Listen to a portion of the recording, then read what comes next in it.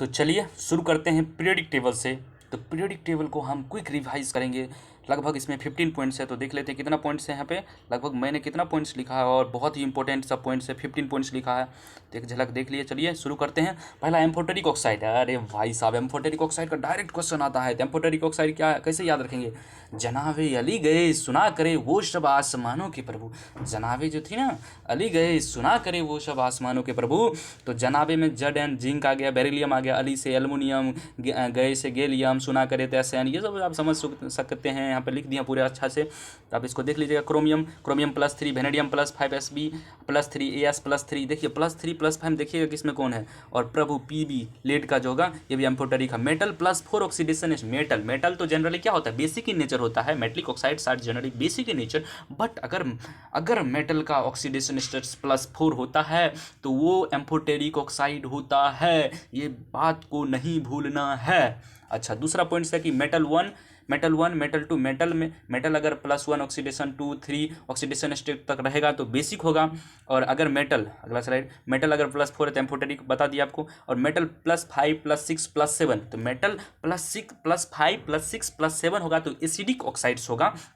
तो ये बात आप नहीं कह सकते कि मेटल हमेशा बेसिक ऑक्साइड्स होता है, नहीं। अगर 5 ऑक्सीडेशन स्टेट +5 +6 +7 है तो एसिडिक भी होता है। अच्छा, नॉन मेटल जनरली क्या होता है, जनरली एसिडिक होता है वो भी, ठीक है। तो एसिडिक होता है नॉन मेटल जनरली। अब हम बात कर लेते हैं न्यूट्रल ऑक्साइड्स। न्यूट्रल ऑक्साइड्स क्या होता है? न्यूट्रल मतलब न्यूट्रल, कोई फर्क नहीं पड़ता है, कुछ भी हो, मैंने को कोई फर्क नहीं पहन दी है। तो वही बात है यहाँ पे। नेचुरल ऑक्साइड्स, हंस नो मरो मतलब हंस लो और नहीं मरो, मतलब क्या बात बोल रहे हो। हंस मतलब हो गया लाफिंग गैस, N2O पढ़े थे ना, N2, इसका ऑक्सीडेशन स्टेट कैसे निकालेंगे? 2x - 2 = 0, तो कितना हो गया? +1। हाँ, N2O।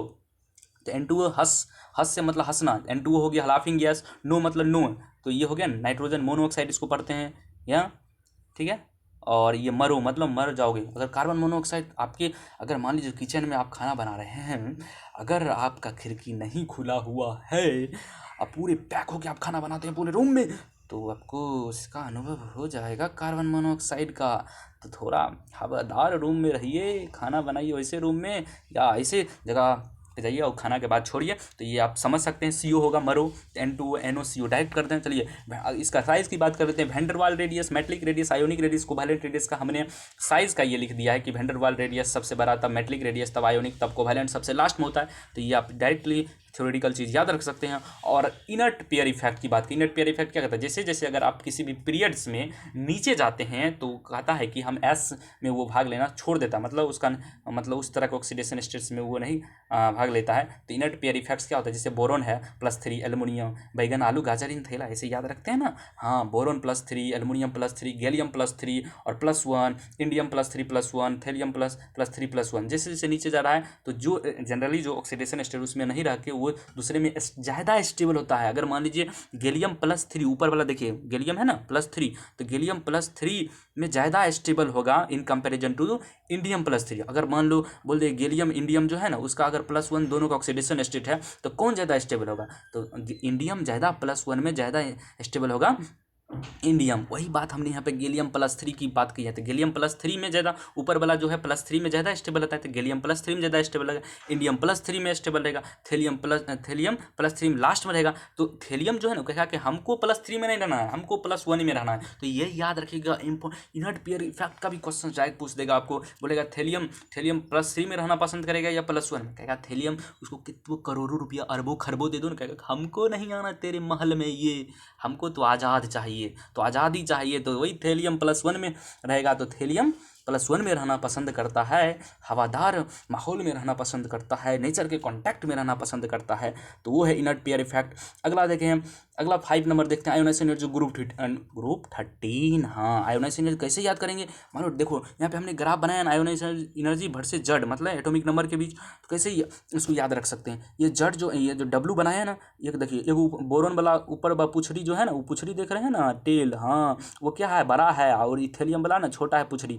तो मान लीजिए एक डब्लू है, डब्लू को मारे फैट मुंह भसका दिए, साला बहुत गुस्सा चढ़ा हुआ था और मेरा एग्जाम था, ये हमको डिस्टर्ब कर रहा था, तो मुंह दिए हम भसका, तो भसका दिए तो देखिए टेर हो गया ना। तो बोरोन एल्युमिनियम कैसे कैसे इसको डब्लू को सजाएंगे, जैसे बैगन, बैगन पहले बोरोन ऊपर में है, बैगन आलू गाजर इन थैला, ऐसे याद करेंगे। और अगर हम आयोनाइजेशन एनर्जी लिखना है तो सबसे जो ऊपर देखिए बोरोन वाला बोरोन का जो पुछड़ी है, टेल जो है वो ऊपर है, तो बोरोन को ऊपर रखेंगे, उसके बाद थेलियम, उसके बाद गैलियम, उसके बाद एल्युमिनियम, तब लास्ट में इंडियम आएगा। तो ये किसका ऑर्डर है, आयोनाइजेशन एनर्जी का। याद है कि आयोनाइजेशन एनर्जी का ऑर्डर है, साइज में कम कंफ्यूज मत करिएगा, साइज का भी आपको हम बताता हूँ पूरी ट्रिक, मतलब पूरे एक बार में आपको याद हो जाएगा, कोई रट्टा फट्टा की कोई ज़रूरत नहीं है। तो चलिए नीचे चलते हैं।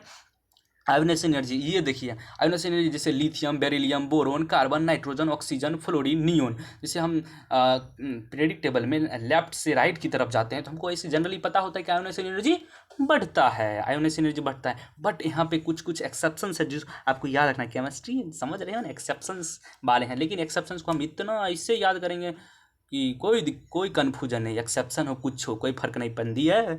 तो चलिए बेरिलियम बोरोन, बेरिलियम बोरोन में ऐसे समझिए बीबी में लफड़ा हो गया, तो बीबी मतलब बी से बेरिलियम, बी से बोरोन, इसमें लफड़ा हो गया तो किसका पहले जनरली किसका ज़्यादा होना चाहिए, आयोनाइजेशन एनर्जी बोरोन का ज़्यादा होना चाहिए। बट लफड़ा हो गया तो किसका ज़्यादा होना चाहिए, किसका ज़्यादा होना चाहिए, यहाँ पे तो कुछ लफड़ा लग रहा है, नहीं, lithium beryllium boron, carbon carbon nitrogen oxygen fluorine, तो फाइनल आयोनाइजेशन एनर्जी ऊपर से नीचे देखिए लिथियम का सबसे कम है, उसके बाद बोरोन का ज़्यादा है, उल्टा हो जाएगा, उसके बाद बेरिलियम का ज़्यादा है और कार्बन का है, ऑक्सीजन का, इसमें थोड़ा कन्फ्यूजन है।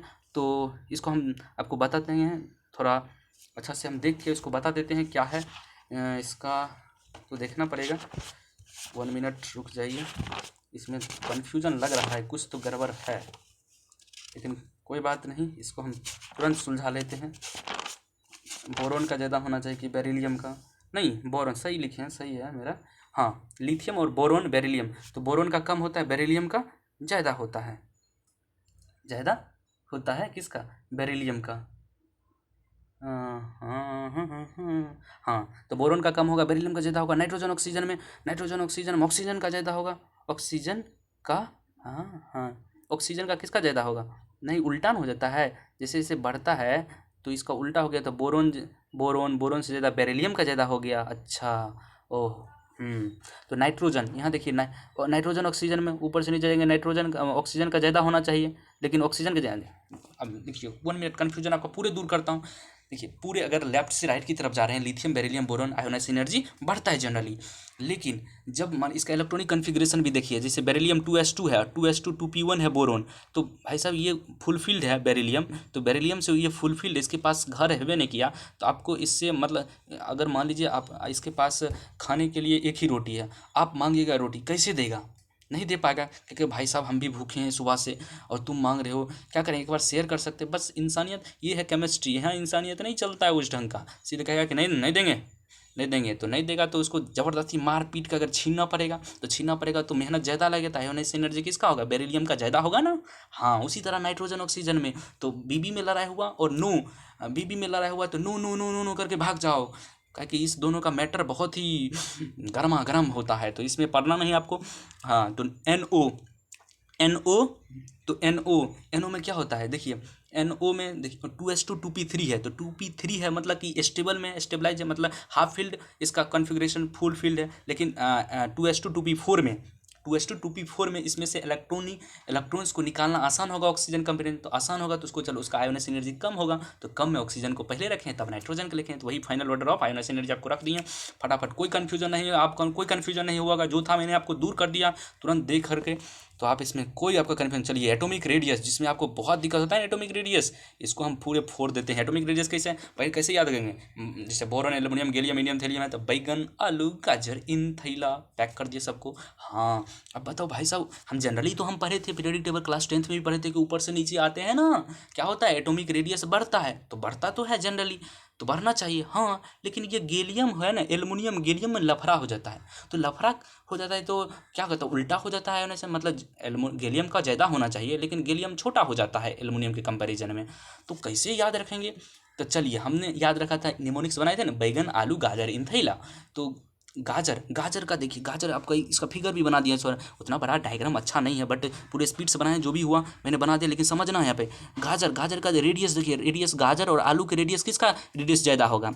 रेडियस तो आलू का ज़्यादा होगा, तो गोला होता है, रेडियस देखिए ज़्यादा है आलू का, और गाजर में रेडियस कम है। हाँ तो गाजर, गाजर मतलब गैलियम, तो गैलियम का कम रेडियस होगा, एल्युमिनियम का ज़्यादा, एल्युमिनियम जो आलू का ज़्यादा होगा। तो इस तरीके से हमने बना लिया तुरंत फिगर से, आपको सीधे आंखों में आप बसा लीजिए इसको आराम से, कोई कन्फ्यूज़न नहीं, डायरेक्ट ट्रेंड्स बेस्ड क्वेश्चन आते हैं। तो यहाँ पे आप देख सकते हैं, ये आपको समझ आ गया होगा। चलिए आगे चलते हैं। इलेक्ट्रॉनिक कन्फिग्रेशन, इलेक्ट्रॉनिक कन्फिग्रेशन कैसे, जैसे ब्लॉक है, पीरियड है, कैसे समझेंगे कौन सा ब्लॉक में है, कौन सा पीरियड में है, तो कोई इसमें कन्फ्यूजन नहीं होना चाहिए। देखिए सबसेल, सबसेल लिखिए, लास्ट इलेक्ट्रॉन जिसमें जा रहा है वो ब्लॉक होगा, लास्ट इलेक्ट्रॉन जिसमें जा रहा है वो ब्लॉक होगा, उतना मान लिए जितना भी इलेक्ट्रॉन्स गया वो उसका ब्लॉक होगा। और पीरियड जो है लार्जेस्ट प्रिंसिपल क्वांटम, मान लीजिए कोई इलेक्ट्रॉनिक कन्फिग्रेशन आपने लिखा, उसमें जो लार्जेस्ट प्रिंसिपल क्वांटम नंबर जो एन है उसको, वो जिसका ज़्यादा होगा तो उस पीरियड में बिलोंग्स करता है वो। तो इस तरीके से ग्रुप, जैसे एस ब्लॉक की बात करें, इसका क्या होगा, एस ब्लॉक का इलेक्ट्रॉनिक NS1 NS2, ये ग्रुप 1 ग्रुप 2 है। पी ब्लॉक में 10 प्लस NS प्लस NP निकालते हैं। डी ब्लॉक में NS plus N-1 into D N-1 into D, ये। और एफ ब्लॉक का ग्रुप 3 होता है। और ये तो आपको समझ आ गया होगा, हम पूरे देखिए ना, पूरे लिख दिए हैं, तो कन्फ्यूजन है एक बार आपको गो थ्रू कर लीजिएगा। लेंथेनॉइड्स की बात करें, 58 से 71 होता है, इसमें कन्फ्यूजन 58 से 71 होता है, 57 से मत दे दीजिएगा, 58 से 71 होता है लेंथेनॉइड्स। और एक्टोनॉइड्स जो होता है 90 से 103 होता है, तो ये डायरेक्ट याद कर सकते हैं। और यहाँ पे जो क्वेश्चन है ना 9 नंबर, हाँ जैसे पढ़े थे ना, वही देखिए, इसमें थोड़ा सा कुछ कन्फ्यूजन हो सकता है, उसको मैंने पूरे घेरा लगा दिया। तो 0 1 2 3 4 5 6, जैसे जीरो को क्या कहते हैं, नील कहते हैं। 1 को जीरो, जीरो है तो मतलब नील है, तुम्हारे पास कुछ है भी नहीं, नील हो गए हो भाई साहब। अच्छा 1 है तो मतलब अन, कुछ तो है, अन है। और 2 है तो बाय, यहाँ पे डाई नहीं है, बाय है, बाय। और 3 मतलब ट्राई, 4 का क्वाड याद रखते हैं, 4 को क्वाड कहते हैं, और 5 को पेंट कहते हैं, और 6 को हैक्स कहते हैं, 7 को सेप्ट कहते हैं, यहाँ पे हैप्ट नहीं कहते हैं, सेप्ट कहते हैं, सेप्ट, ये याद रखिएगा। और 8 को ऑक्ट कहते हैं, 9 को इन कहते हैं, E-double-N है, इन है ना, E-double-N इन। तो जैसे 1 9 2 दे दिया, तो 1 का होता है अन, और 9 का होता है इन, और 2 का होता है बाय। ये हम लगा देंगे लास्ट में, UEB कैपिटल, ऊपर कैपिटल में सब लिख देंगे, बस यही हो गया यूनिट। इस पर भी बहुत बार क्वेश्चन आया, जेईई मेंस हो, नीट हो, कुछ में एडवांस में तो नहीं, इसमें आएगा, ये सब चीज़ नहीं आता है। और 10th आइसो इलेक्ट्रॉनिक्स है, सेम इलेक्ट्रॉन्स। आइसोइलेक्ट्रॉनिक्स क्या होता है, जिसमें सेम इलेक्ट्रॉन्स हो, तो कैसे याद करें, जैसे सोडियम, मैग्नीशियम, एल्युमिनियम, सिलिकॉन, सबका देखिए सोडियम +1 है, मतलब 1 इलेक्ट्रॉन। नंबर ऑफ प्रोटॉन्स किस में है, सोडियम में। सोडियम का जितना नंबर एटॉमिक नंबर होगा उतना ही तो प्रोटॉन होगा, तो प्रोटॉन 11 होगा। और मैग्नीशियम का एटॉमिक नंबर 12 होता है, तो 12 का प्रोटॉन तो ऐसे होगा। और अब बताइए भाई साहब, प्लस चार्ज है तो इलेक्ट्रॉन कैसे हुआ, प्लस मतलब प्लस है, सोडियम क्या है, इलेक्ट्रोपॉजिटिव है, मतलब इलेक्ट्रोपॉजिटिव मतलब इलेक्ट्रॉन डोनेट करता है, उसके पास जाता है, बोला ले लो भाई साहब, ले लिया। तो पहले 11 प्रोटॉन था, अब इलेक्ट्रॉन क्या बचा, एगो दे दिया तो 10 को बचा। तो सबका इलेक्ट्रॉन दिख रहे हैं 10 10 10 है, और प्रोटॉन बढ़ रहा है। तो देखिए जैसे जैसे प्रोटॉन्स बढ़ेगा, मान लीजिए प्रोटॉन्स बढ़ रहा है, इलेक्ट्रॉन्स तो फिक्स ही है, कोई आइसो इलेक्ट्रॉनिक्स है, तो जैसे जैसे प्रोटॉन्स बढ़ेगा, तो प्रोटॉन्स और इलेक्ट्रॉन्स के जैसे नंबर ऑफ प्रोटॉन्स बढ़ेगा, तो प्रोटॉन्स और इलेक्ट्रॉन्स के बीच का जो अट्रैक्शन है वो भी बढ़ेगा। जैसे जैसे बढ़ेगा अट्रैक्शन बढ़ेगा, जैसे जैसे पैसा आएगा, लोगों का आपकी तरफ अट्रैक्शन बढ़ेगा, आपको अट्रैक्ट करेंगे, तो अट्रैक्शन बढ़ेगा, तो भाई साहब साइज छोटा हो जाएगा। साइज क्या हो जाएगा, छोटा हो जाएगा। तो साइज छोटा हो जाएगा, तो उसी साइज को हमने आराम से लिख दिया है। देखिए सोडियम प्लस में नंबर ऑफ प्रोटॉन्स 11 है, मैग्नीशियम 2 प्लस 12 है, तो सोडियम प्लस, उसके बाद सोडियम प्लस का सबसे ज़्यादा साइज होगा, क्योंकि नंबर ऑफ प्रोटॉन्स कम है, तो नंबर ऑफ प्रोटॉन्स कम है तो साइज ज़्यादा है, प्रोटॉन से बढ़ा साइज कम हो गया ना, ऊपर तो हमने लिख दिया। तो सोडियम प्लस, तो magnesium 2 plus, aluminium 3 plus, silicon +4 और फॉस्फरस +5। तो इस तरह से आप डायरेक्टली साइज याद कर सकते हैं। तो देख लीजिए ना, यहाँ पे स्टार बना दिए हैं। तो अब देखते हैं मेटलॉइड्स कौन कौन से, उसको कैसे याद रखेंगे। मेटलॉइड्स को याद करने का एक याद रखिए ना, एक ट्रिक है, क्या है, तेरे गीत, या तेरे कुछ भी लिख लो, तेरा गीत सबसे बासी और आसान है। बासी है भाई साहब, बासी है, अपने तो बासी कह दिया मेरे गीत को, हाँ, और आसान। और एक भाई साहब, एक ही बात में आप बड़ाई भी कर देते हो और बुराई भी कर देते हो। बासी पहले बोल दिए, बुराई कर दिया, फिर आसान बोल के मतलब मज़ा दिला दिए। तो तेरे मतलब टेरुलियम, गीत मतलब जेरेनियम, यूरेनियम, ये है ना। और एस सबसे मतलब एस भी हो गया, उसके बाद बासी से बोरोन आ गया, सिलिकॉन आ गया, आसन से एस आ गया। तो ये सब मेटलवाइड्स हैं। तो डायरेक्ट मेटलवाइड्स वाला भी क्वेश्चन पूछेगा कौन सा इसमें से दे देगा 10 5 6, अगर न्यूमेरिकल बेस्ड होगा तो कहेगा कि इसमें से कौन सा कितना इसमें से मेटलवाइड्स है। इस तरह के क्वेश्चंस भी आता है न्यूमेरिकल बेस्ड में, तो वो आप कर सकते हैं। और ये भी देखिए इक्का एल्युमिनियम क्या होगा, इक्का बोरोन क्या होगा, इक्का सिलिकॉन क्या होगा, इक्का मैग्नीज क्या होगा। तो इसे याद रखिए। आलू गालू मतलब आलू मतलब एल्युमिनियम, एल्युमिनियम का क्या होगा, गालू मतलब गैलियम होगा, इक्का एल्युमिनियम गैलियम होगा। बीएससी मतलब बी से एससी मतलब स्कैंडियम होगा, तो इक्का बोरोन स्कैंडियम होगा। सीता गीता मतलब सिलिकॉन से गीता मतलब जी जर्मेनियम हो जाएगा। और एम टेक मतलब इक्का मैग्नीज से टेक्नीशियम हो जाएगा। तो ऐसे याद रखिए आलू गालू बीएससी करेगा कौन, आलू गालू जो है वो बीएससी करेगा, सीता गीता जो है एम टेक करेगी। तो इस तरह से आप ये इक्का एल्युमिनियम वाला सब याद रख सकते हैं। और आगे देखते हैं 13 नंबर जो है कह रहा है कि फाइंड पीरियड एंड ग्रुप। कैसे ग्रुप और पीरियड को पता करेंगे। तो सबसे पहले ग्रुप 18 जो होता है नोबल गैस, उसको याद रखना है, उसका एटॉमिक नंबर याद रखना है। पहले ऊपर में हीलियम से हीलियम नियोन आर्गन क्रिप्टन जेनन रेडन ऐसे याद किया था ना। हाँ तो 2 पहले 2 होता है, तब 10 18 36 54 86 118 ऐसे होता है ना। इसको कैसे याद है, एक मैजिक टेबल है, मैजिक टेबल मैंने लिख दिया। देखिए 2 है तो 2 पहले 8 जोड़ देंगे, 2 में 8 जोड़ेंगे तो कितने हो गए 10, 10 में 8 जोड़ेंगे फिर 8 है तो 18, 18 में फिर 18 जोड़ेंगे 36, 18 में 18 फिर जोड़ेंगे 36 में 18 54, 54 में 32 जोड़ेंगे 86, 86 में 32 जोड़ेंगे 118। तो इसे भी याद कर सकते हैं, मैजिक टेबल याद रहेगा। आपको एटॉमिक नंबर रटने की कोई ज़रूरत नहीं है। तो यहाँ से ग्रुप 18 का हो गया। और एटॉमिक नंबर देखिए मान लिया हमको दे दिया एटॉमिक नंबर 50 का, बोलेगा कि इसका एटॉमिक नंबर 50 जो है इसका कौन सा पीरियड होगा, कौन सा ग्रुप होगा।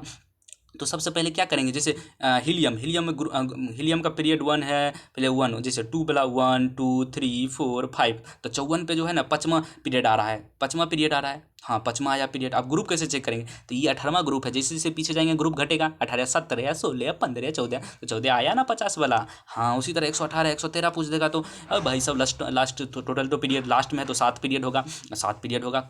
अरे भाई साहब 7 ही को पीरियड होता है। हाँ मेंडलीव वाला थोड़ी पढ़ रहे हैं पहले को, वाह नया नया है ये, मॉडर्न पीरियोडिक टेबल मौसले का पढ़ रहे हैं। तो हाँ तो क्या है, आगे चलो पीछे चल रहे हैं, 17 16 15 14 13। अच्छा 13 पे कितना ग्रुप 13, अरे वाह 113 पे 13 आ जाएगा। हाँ 13 आ जाएगा। तो इसी तरह से पूछेगा कि 119वां जो एलिमेंट आने वाला है उसका कौन सा पीरियड होगा, कौन सा ग्रुप होगा, इस तरह से पूछते रहता है। तो ये मैजिक टेबल आपको क्लियर होगा। आप देखिए डी ब्लॉक जो आप पढ़े होंगे उसका डी ब्लॉक का इलेक्ट्रॉनिक कॉन्फ़िगरेशन याद कर लीजिएगा, 3D वो सब जो कॉपर का जो एक्सेप्शन होता है ना, हाँ कॉपर क्रोमियम में होता है शायद, हाँ उसमें भी। तो इस तरह के एक्सेप्शंस वाले याद रखिएगा। तो वो एक्सेप्शंस हमने डी ब्लॉक का जितना भी इलेक्ट्रॉनिक कॉन्फ़िगरेशन का एक्सेप्शंस है उसको एक ट्रिक्स हम बता दिए कि कौन कौन सा होगा। तो कैसे याद रखेंगे, मोटी, अबे मोटी मोटी किसको कह रहे हैं, मोटी क्यों करेगी रूरा पर आगे, मोटी को कह रहा है, ए मोटी क्यों करेगी रूरा पर आगे, और पिटाई रागी खा और नंबर बना।